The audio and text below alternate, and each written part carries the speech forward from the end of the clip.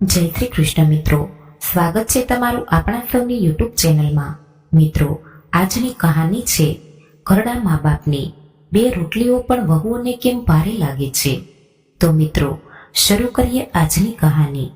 આજે સવાર સવારમાં રવજીભાઈ પોતાના આંગણામાં બેસીને આરામ કરી રહ્યા હતા, ત્યારે અચાનક તેમણે તેમની પત્ની ગંગાબહેનને સાદ પાડીને કહ્યું, અરે ગંગા, આજે ખૂબ જ સરસ વાતાવરણ છે અને હળવો હળવો તડકો પણ નીકળ્યો છે, તો તું આપણા માટે 2 કપ ચા બનાવીને લઈ આવ।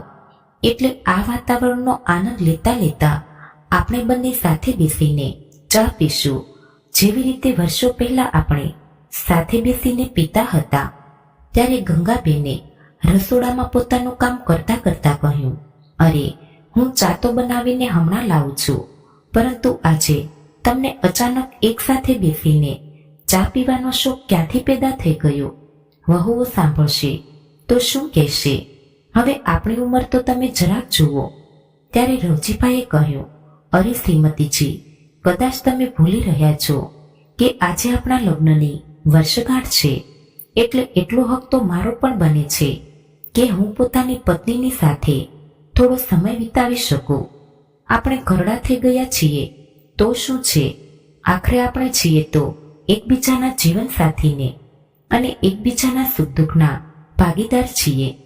ત્યારે પોતાના પતિના મોઢેથી આટલું સાંભળતા જ ગંગાબેનના ચહેરા પર મુસ્કાન આવી ગઈ, પરંતુ એક ક્ષણે પોતાના આંગણામાં ખાટલા પર આડા પડેલા રવજીભાઈનું આ સપનું વરસાદના ઝડપથી વરસતા છાંટાઓએ તોડી નાખ્યું। ત્યારે એક જ ઝાટકામાં તેઓ પોતાની સપનાની દુનિયામાંથી બહાર આવી ગયા અને વરસાદના ચાંટાથી ક્યાંક ખાટલો અને તેના પર પાથરેલી ચાદર ભીની ન થઈ જાય એમ વિચારીને પોતાના ધ્રુજતા હાથેથી બધું અંદર રાખવા લાગ્યા। પરંતુ એ ઘરડા હાડકામાં હવે એટલી સ્ફૂર્તિ ક્યાં હતી? ત્યારે ધીરે ધીરે બધું અંદર લેતા લેતા તેઓ લગભગ પૂરા પલળી ગયા હતા। ત્યારે તેઓ વિચારવા લાગ્યા કે મારી પાસે 2 જોડી જ કપડાં છે, એક જે પહેરેલા છે તે પલળી ગયા અને બીજા રાત્રે ધોઈને સૂકવવા માટે રાખ્યા હતા, તે હજી સુધી સુકાણા પણ નથી। ત્યારે રવજીભાઈ ભીના કપડાં પહેરીને જ લાકડીના ટેકે લથડાતા પગલાંની સાથે સીડીઓ ઉતરીને નીચે આવ્યા। ત્યારે તેમનું શરીર ઠંડી લાગવાના કારણે ધ્રુજી રહ્યું હતું અને ત્યારે તેમની નાની વહુ સંગીતા રસોડામાં જ પોતાના બાળકો માટે નાસ્તો બનાવી રહી હતી। એટલે ત્યારે રવજીભાઈએ પોતાની વહુને અવાજ દીધો, બેટા, મારા માટે 1 કપ ચા બનાવીને આપો ને, કારણ કે મને ખૂબ જ ઠંડી લાગી રહી છે, અને મને માધવનો એક લહેંગો અને જબ્બો આપી દેજો, કારણ કે મારા કપડાં વરસાદમાં પલળી ગયા છે। ત્યારે સંગીતાએ કહ્યું, બાપુજી, હમણાં હું આમના માટે નાસ્તો બનાવી રહી છું, થોડી વાર બેસો, હમણાં આપું છું। થોડી વાર પછી તેમનો નાનો દીકરો માધવ પણ નાસ્તો કરીને પોતાની ઓફિસ જવા માટે નીકળી ગયો। ત્યારે ખુરશી પર બેસીને રવજીભાઈ રાહ જોવા લાગ્યા કે વહુ હમણાં મારા માટે કપડાં લઈને બહાર આવતી જ હશે। જ્યારે તે બહાર આવશે ત્યારે તે મને ચા પણ બનાવીને આપી દેશે, પરંતુ તેમને રાહ જોતા સવારના 9 વાગી ગયા હતા અને હવે તો તેમના પલળેલા કપડાં પણ સુકાઈ ગયા હતા, તો પણ તેમની વહુ રૂમમાંથી બહાર જ ન આવી।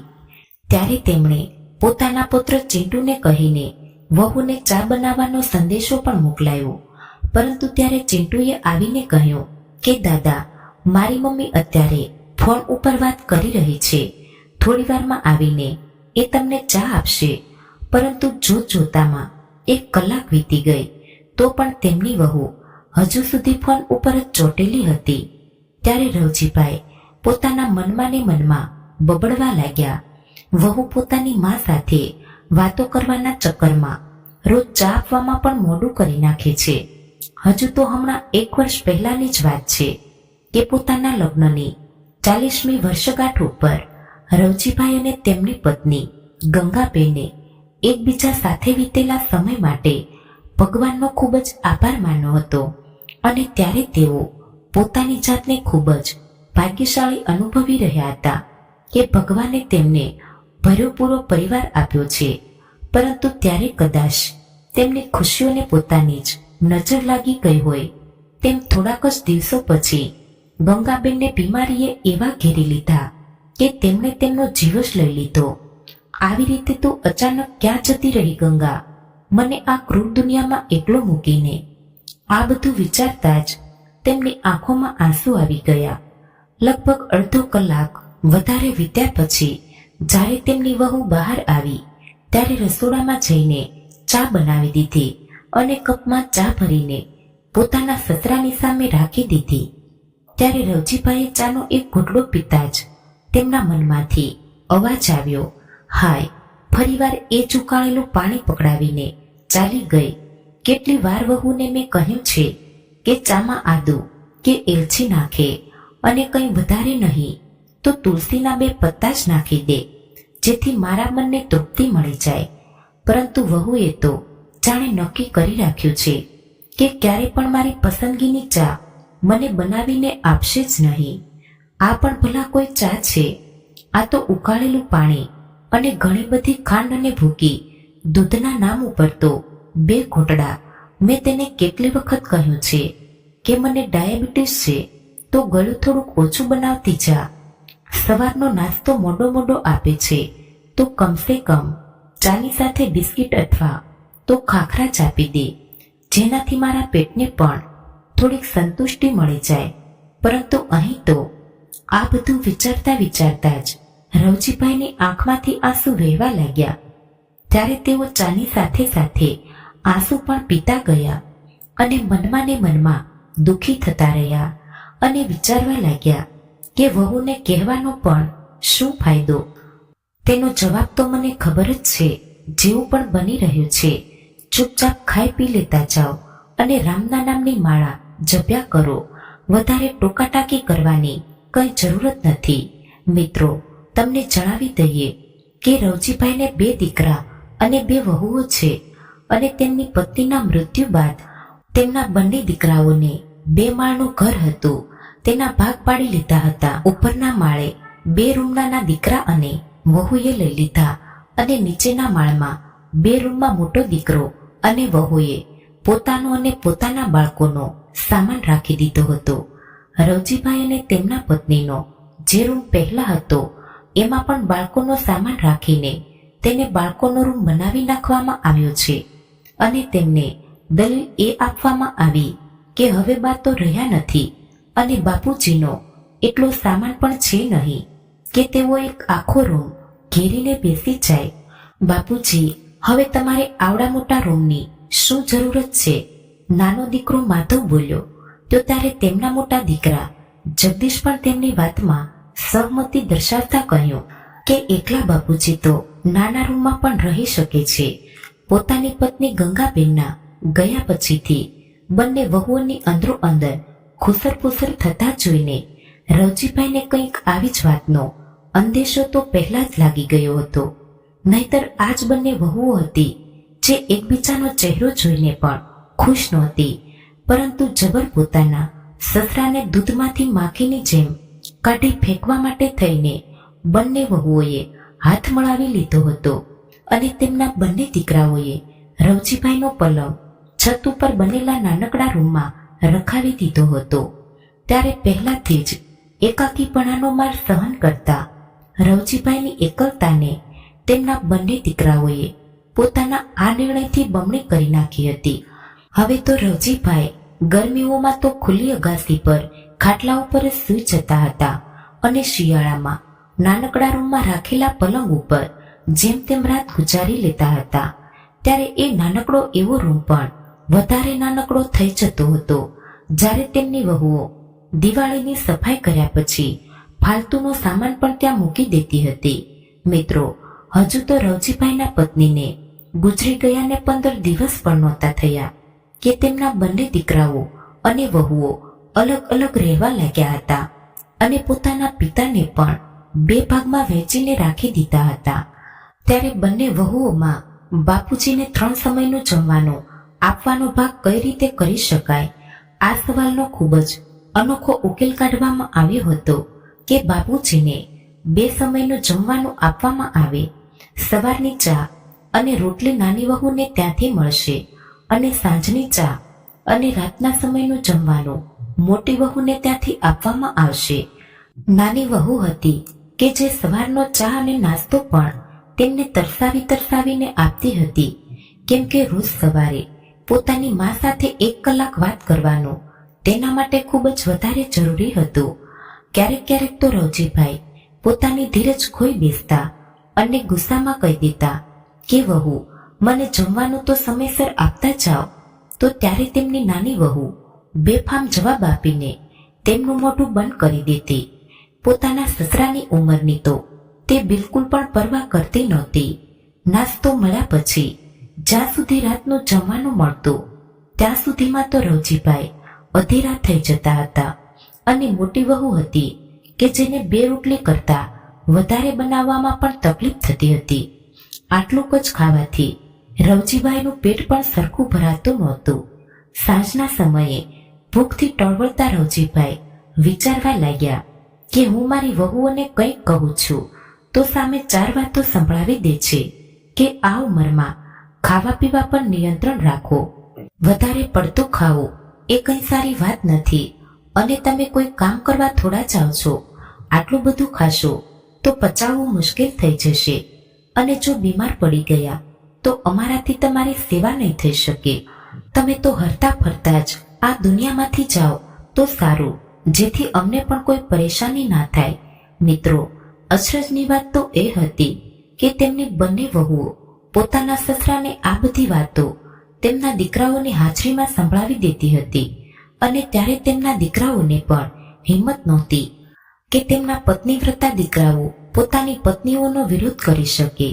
ત્યારે પોતાની વહુના મોઢેથી આવા તીખા બોલ સાંભળીને રવજીભાઈ ભરી આંખો સાથે પાછા પોતાના રૂમમાં આવી જતા હતા અને રૂમમાં રાખેલા પોતાની પત્નીના ફોટા સાથે વાતો કરવા લાગતા હતા.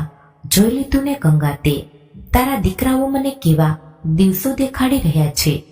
જ્યાં સુધી તું મારી સાથે હતી ત્યારે મારા આત્મસન્માન પર જરાય આંચ આવવા દેતી નહોતી. મારી દરેક નાની મોટી જરૂરતનું તું પૂરેપૂરું ધ્યાન રાખતી હતી. જ્યારે મારે તારો સાથ હતો તો જીવનમાં આવવા વાળી મુશ્કેલીઓ પણ મારું કંઈ નહોતી બગાડી શકતી, પરંતુ તારા જવાની સાથે જ મારું જીવન પણ વિખેરાઈને રહી ગયું છે. કોઈ પણ આવીને મને કંઈ પણ સંભળાવી દે છે અને હું પણ ચૂપચાપ આ બધું સાંભળતો રહું છું. જેવું જમવાનું તારી વહુ મને આપે છે તે હું ચૂપચાપ ખાઈ લઉં છું, છતાં પણ મારે તેમના આવા કડવા બોલ સાંભળવા પડે છે. હવે તો હું ફક્ત શરીરનું હાડપિંજર છું. મારો જીવ તો એ જ દિવસે નીકળી ગયો હતો જે દિવસે તું મારાથી જુદા થઈ ગઈ હતી. મને ખબર છે કે મારી આવી હાલત જોઈને તને પણ શાંતિ નહીં મળતી હોય. ત્યારે અચાનક રવજીભાઈ વિચારવા લાગ્યા કે જ્યારે મારું પેન્શન આવે છે તો બંને દીકરાઓ તેના પર લપકી પડે છે અને અંદરો અંદર અડધું વેચી લે છે. તેમને પોતાનો હક તો ખબર છે, પરંતુ ફરજ નિભાવવી એ નથી જાણતા. હજી તો મારું પેન્શન ઘરમાં આવી રહ્યું છે, છતાં પણ દીકરાઓ અને વહુઓ મારી સાથે આવું વર્તન કરે છે. જો પેન્શન પણ ના હોત તો આ લોકો ખબર નહીં મારી કેવી હાલત કરત. ઉંમર થયા છતાં પણ ગંગાએ આખું ઘર સંભાળી રાખ્યું હતું. જ્યાં સુધી મારી પત્ની ઘર સંભાળી રહી હતી ત્યાં સુધી ઘરનું બધું કામ કરતા પણ તેના ચહેરા પર જરાય ગુસ્સો કે થાકોડો દેખાતો નહોતો. કેટલું ધ્યાન રાખતી હતી તું બંને દીકરાઓનું. કોઈ દીકરાને એક શાક નહોતું ભાવતું તો ઝડપથી બીજું શાક બનાવીને હાજર કરી દેતી હતી, પરંતુ તેમને ક્યારેય ભૂખ્યા પેટે સુવા દેતી નહીં. લગ્ન પહેલા સુધી તો દીકરાઓ પણ ખૂબ જ માન સન્માન આપતા હતા આપણને. ત્યારે પોતાના દીકરાઓને શ્રવણકુમારની સંજ્ઞા આપતા હું ગર્વ અનુભવતો હતો. ત્યારે હું હંમેશા કહેતો હતો, જોજે ગંગા, આપણે બંને તો આપણું ગઢ પણ ખૂબ જ સુખેથી વિતાવશું. આટલા સારા સંસ્કાર જો આપ્યા છે આપણે આપણા દીકરાઓને, ત્યારે આપણે બંને પતિ પત્ની આપણા ભવિષ્ય વિશે સોનેરી સપનાઓ સજાવતા થાકતા નહોતા. ત્યાર પછી બંને દીકરાઓના લગ્ન થઈ ગયા. વહુ હતી તો ખૂબ જ આકરા સ્વભાવની, પરંતુ પોતાના સાસુનું પૂરું માન રાખતી હતી, અથવા તો એમ કહી લો કે માન આપવાનું નાટક કરતી હતી. આખું ઘર જો સંભાળી રાખ્યું હતું તેમની સાસુમાએ, અડધાથી વધારે કામ તો તૈયાર કરેલું મળતું હતું તે બંનેને, ત્યારે આપણો આખો પરિવાર ખુશાલ હતો.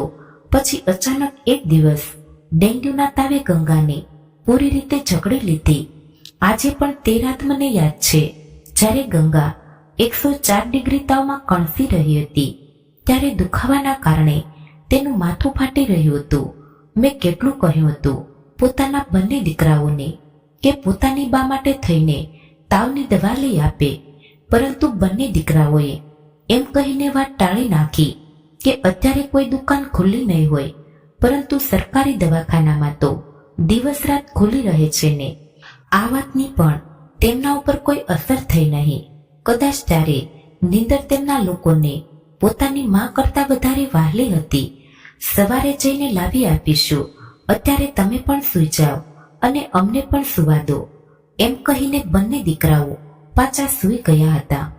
અડધી રાત્રે પગે ચાલીને હું મારી પત્ની ગંગા માટે દવા લઈને આવ્યો હતો, પરંતુ જ્યારે ઘરે પહોંચીને મેં જોયું ત્યાં સુધીમાં ખૂબ જ મોડું થઈ ગયું હતું. ગંગા તો મારી રાહ જોતા જોતા આ દુનિયામાંથી વિદાય થઈ ગઈ હતી. એના ગયા પછી તો જાણે હું સાવ અપંગ જ થઈ ગયો હતો. આ લોકો એટલું પણ નહોતા વિચારતા કે જ્યાં સુધી હું જીવી રહ્યો છું ત્યાં સુધી 2 રોટલી તો ખાઈશ જ ને. શું કામ મારી 2 રોટલીઓ પણ આ લોકોને આજે ભારે લાગી રહી છે. પોતાના પત્નીના ફોટાની સાથે વાતો કરતા કરતા રવજીભાઈને ક્યારે નીંદર આવી ગઈ તેની ખબર જ ન પડી. હવે પોતાની એકલતાને દૂર કરવા માટે રવજીભાઈ સવારે અને સાંજના સમયે પાર્કમાં ચક્કર મારવા જતા અને ત્યાં તેમની ઉંમરના લોકોની સાથે બેસીને તેમની સાથે વાતો કરીને પોતાનું મન જરા હળવું કરી લેતા. એક દિવસ તે અને તેમના મિત્ર જ્યારે પાર્કમાં બેઠા હતા તો ત્યારે મગનભાઈ બોલ્યા, આજે મારા દીકરાની વહુ ભરેલા ભીંડાનું શાક બનાવવાની છે. શું કહું રવજીભાઈ તમને, મારા દીકરાની વહુ ભરેલા ભીંડાનું શાક તો એટલું સ્વાદિષ્ટ બનાવે છે કે પેટ ભલે ભરાઈ જાય પણ મન ભરાતું જ નથી. મગનભાઈએ જેવી જ ભીંડાના શાકની વાત કરી તો ત્યારે રવજીભાઈની આંખોમાં ચમક આવી ગઈ. ભીંડાનું શાક તો મારી પત્ની ગંગા પણ ખૂબ જ સારું બનાવતી હતી, પરંતુ મારી પત્નીની સાથે સાથે મારી જિંદગીના બધા સ્વાદ પણ જતા રહ્યા છે. હવે તો હું મારા દીકરાની વહુઓને બનાવવાનું કહું છું તો આટલું બોલતા બોલતા તેમની આંખોમાં આંસુ આવી ગયા. પછી એકાએક પોતાના આંસુઓને પોતાના હૃદયમાં છુપાવીને વાતને સંભાળવાનો અસફળ પ્રયાસ કરતા તેઓ કહેવા લાગ્યા, આમ તો જમવાનું તો મારી વહુઓ પણ સારું બનાવે છે. એટલે ત્યારે મગનભાઈ બોલ્યા, અરે રવજીભાઈ, આજે તમે મારી સાથે મારા ઘરે ચાલો, આપણે એક સાથે બેસીને જમીશું. ત્યારે રવજીભાઈએ ખૂબ જ મનાઈ કરવા છતાં પણ મગનભાઈ માન્યા નહીં અને જીદ કરીને રવજીભાઈને ખવડાવવા માટે થઈને પોતાના ઘરે લઈ ગયા. આ વાતને થોડા દિવસો વીત્યા હતા તો ત્યારે તેમની મોટી વહુ રવજીભાઈના રૂમની બહાર આવીને રાડ પાડીને બોલી, બાપુજી, તમે તો અમારા આબરૂના કાકરા કરીને રાખી દીધા છે. તમને શરમ ન આવી આવા કાંડ કરતા? તમારે પોતાની આબરૂનો નહીં તો કમસે કમ પોતાના દીકરાઓની આબરૂનો ખ્યાલ કરી લેવો હતો.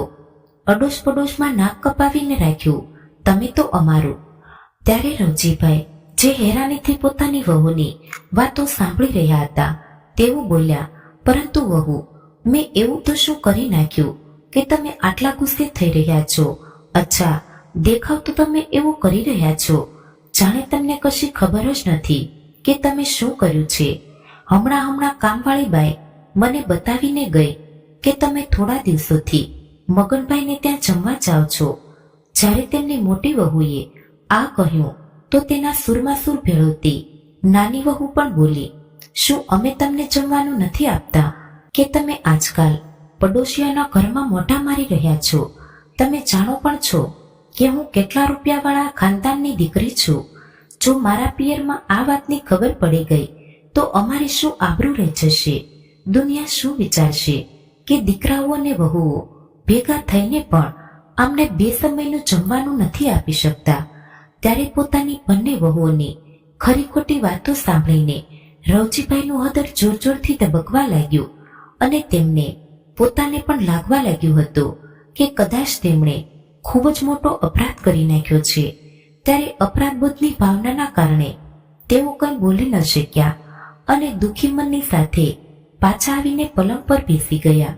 પછી બીજી ક્ષણે તેઓ વિચારવા લાગ્યા કે જો મને મારા પોતાના ઘરમાં ભરપેટ ખાવા મળતું હોત તો હું કોઈ બીજાના ઘરે જમવા માટે શું કામ જાત? જો મેં મગનભાઈના ઘરે 1-2 દિવસ ખાધું પણ છે તો એમાં મેં એવડો મોટો તો શું ગુનો કરી નાખ્યો? હું પણ ભૂખ્યો ક્યાં સુધી રહું? આખરે મારું પણ મન થાય છે ભરપેટ સ્વાદિષ્ટ ભોજન ખાવાનું. બીજા દિવસે સવારે રવજીભાઈ જ્યારે સીડીઓથી નીચે ઉતરી રહ્યા હતા તો તેમને સ્વાદિષ્ટ ભોજનની સુગંધ આવવા લાગી. જોયું તો તેમની વહુઓ રસોડામાં એકસાથે જમવાનું બનાવી રહી હતી. ત્યારે એકાએક તેમને યાદ આવ્યું કે આજે તો પોતાની પત્ની ગંગાની વરસી છે. આજના દિવસે જ તો ગંગા એમને હંમેશા માટે એકલા મૂકીને જતા રહ્યા. આજે ગંગાબેનનો પસંદગીનું બધું જમવાનું તૈયાર કરવામાં આવી રહ્યું હતું. ભરેલા રીંગણા બટેટાનું શાક, ચણાનું શાક, પૂરી અને ખીર બનાવવામાં આવી રહી હતી. ખમણ અને દાળ ભાત પણ બનાવવામાં આવ્યા હતા. જોરશોરથી બધી તૈયારીઓ કરવામાં આવી રહી હતી. સગા સંબંધીઓ અને આડોશ પાડોશ વાળાઓને પણ બોલાવવામાં આવ્યા હતા. ત્યારે રવજીભાઈએ તેમની નાની વહુને અવાજ દીધો, વહુ, મારા માટે 1 કપ ચા તો બનાવી આપો. ત્યારે તેણે રસોડામાંથી જવાબ આપ્યો, થોડી વાર રાહ જુઓ બાપુજી, હજી મારે રસોડામાં બીજા ઘણા કામ છે. એમ કહીને તેમની નાની વહુએ તેમની વાતને ટાળી નાખી. ત્યારે રવજીભાઈ ખુરશી પર બેસીને પોતાની ચાની રાહ જોવા લાગ્યા. 2 કલાક વીતી ગયા હતા પરંતુ તેમની વહુએ તેમને ચા પણ આપી નહીં.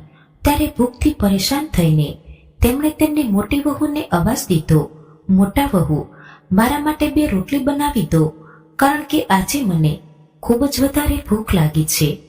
આ સાંભળીને તેની મોટી વહુ તો જાણે તૈયાર બેઠી હતી તેમને વાતો સંભળાવવા માટે. એટલે તે બોલી, બાપુજી, એવી પણ શું આગ લાગી ગઈ છે તમારા પેટમાં કે થોડો સમય રાહ પણ નથી જોઈ શકતા? તમે જોઈ તો રહ્યા છો કે ઘરમાં કેટલું કામ છે અમારી પાસે. હવે જ્યારે તમે જમવા બેસો ત્યારે એક જ વખતમાં વ્યવસ્થિત જમી લેજો. તમે એટલું તો વિચારો કે બ્રાહ્મણને ખવડાવવાથી પહેલા તમે કઈ રીતે ખાવાનું ખાઈ શકો છો?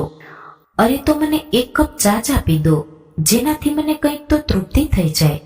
ત્યારે રવજીભાઈની આ વાત સાંભળીને તેમનો મોટો દીકરો, જે ત્યાં બ્રાહ્મણો માટે આસન પાથરી રહ્યો હતો, તે ગુસ્સામાં બોલ્યો, બાપુજી, તમને મારી પત્નીએ કહ્યું એમાં સમજાતું નથી કે પહેલા બ્રાહ્મણને ભોજન આપવામાં આવશે, ત્યાર પછી જ બીજું કોઈ પણ ખાઈ શકશે.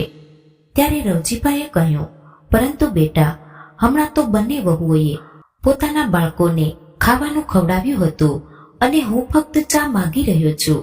એટલે ત્યારે તેમનો નાનો દીકરો, જે પોતાની માના ફોટા પર ચડેલી માળાને ઠીક કરી રહ્યો હતો, એ કહેવા લાગ્યો, બાપુજી, જો બાળકોએ ખાવાનું ખાઈ લીધું તો એમાં શું થયું? તમે હર સમયે ફરિયાદ શું કામ કરતા રહો છો? ત્યારે અપમાનના ઘૂંટડા પીને રવજીભાઈ ચૂપચાપ પોતાની ખુરશી પર બેઠા રહ્યા. થોડી વાર પછી બ્રાહ્મણો ભોજન લઈને જતા રહ્યા અને બધા મહેમાન પણ આવવા લાગ્યા હતા. પરંતુ રવજીભાઈને હજી સુધી કોઈએ ખાવાનું આપ્યું નહોતું. ત્યારે રવજીભાઈ પોતાની ખુરશીમાં બેઠા બેઠા વિચારવા લાગ્યા કે હાય રે, વિધુયનું વિધાન, આ કેવો રિવાજ છે કે જીવતે જીવતા પોતાના ઘરડા મા બાપને આ લોકો ખાવાનું પણ પૂછતા પણ નથી અને તેને શું પસંદ છે અને શું ના પસંદ, પરંતુ મરી ગયેલા વ્યક્તિ પાછળ તેમના પસંદની ચીજો બનાવવામાં આવી રહી છે અને બ્રાહ્મણોને ભરપેટ ખવડાવવામાં આવી રહ્યું છે. ત્યારે તે પોતાના મનમાં ને મનમાં વિચારવા લાગ્યા કે કાશ માણસ પોતાના વૃદ્ધ માતા પિતાની જીવતે જીવતા સેવા કરી શકે. આ બધું જોઈને આજે તેમની આંખોમાં આંસુ રોકાય જ નહોતા રહ્યા. ત્યારે જ તેમના નાના દીકરાએ અવાજ દીધો અને તેમના હાથમાં જમવાની થાળી પકડાવીને ઝંઝોળીને તેમને કહ્યું, લો, જમી લો. જેવા જ તેઓ ભોજનનો પહેલો કોળિયો મોઢામાં નાખવા ગયા તો ત્યારે તેના દીકરાએ તેમની આંખોમાં આંસુ જોયા. એટલે ત્યારે તે તેમને કહેવા લાગ્યો, બાપુજી, અહીં બધા મહેમાન આવેલા છે અને તમે અહીં બેઠા બેઠા બધાની સામે આંસુ વહાવીને તમાશો કરી રહ્યા છો. જો તમારે આજ બધું કરવું હોય તો તમે પોતાના રૂમમાં જઈને બેસો. બધા મહેમાનોની સામે અમારી આબરૂના ધજાગરા ઉડાવવાની તમારે કોઈ જરૂરત નથી. ત્યારે રવજીભાઈની ધીરજ હવે ખૂટી ગઈ હતી અને ત્યારે અચાનક જ તેમના પેટની ભૂખ ગાયબ થઈ ગઈ અને પોતાના દીકરાના હાથમાં જમવાની થાળી પાછી આપતા જોરથી બોલ્યા, નથી જોઈતું મને આ અપમાન ભરેલું ભોજન. કાશ હું પણ મારી પત્નીની સાથે જતો રહ્યો હોત તો સારું થયું હોત. આવી અપમાનજનક જિંદગી પણ કોઈ જિંદગી છે. ત્યારે રવજીભાઈની આ વાતો સાંભળીને તેમના બંને દીકરા અને વહુઓ તેમની સામે ગુસ્સાથી જોઈ રહ્યા હતા. પરંતુ આજે રવજીભાઈ ડરીને બેસવાના નહોતા. તેમણે કહેવાનું શરૂ કર્યું, બે દીકરા અને વહુઓના હોવા છતાં પણ મને ભરપેટ ખાવાનું પણ નથી ખવડાવી શકતા. અને જો 1 કે 2 દિવસ મેં પોતાના મિત્રના ઘરે જમી પણ લીધું તો એમાં પણ તમારું નાક કપાઈ ગયું. એના ઉપર પણ જે તીક્ષ્ણ તલવાર જેવી વાતો તમારી પત્નીઓએ મને સંભળાવી છે એ હજી સુધી મારા હૃદયમાં તીરની જેમ ભોંકાઈ રહી છે. અને મારો વિશ્વાસ કરો બેટા, તે દિવસે હકીકતમાં હું ભૂખેથી મરી રહ્યો હતો. આ સાંભળીને તેમના દીકરાઓને એક ઝાટકો લાગ્યો કે તેમના હોવા છતાં પણ તેમના પિતા પાડોશીઓના ઘરે ખાવાનું ખાઈ રહ્યા છે. ત્યારે પોતાની વહુઓની તરફ જોતા રવજીભાઈ બોલ્યા, તમે આજ સુધી ક્યારે મારી પસંદગીનું શાક બનાવીને ખવડાવ્યું છે મને? બેટા, મારું શરીર જરૂર વૃદ્ધ થઈ ગયું છે પરંતુ મન વૃદ્ધ નથી થયું. આજે પણ હું સારું ખાવા પીવા માટે તરસી રહ્યો છું. તમે લોકો પોતાના બાળકોની ઈચ્છાઓ તો પૂરી કરવાનું જાણો છો, તેમની પસંદનું ખાવાનું તેમને ખવડાવવાની ખબર પડે છે, પરંતુ મારી ઈચ્છાઓનું શું?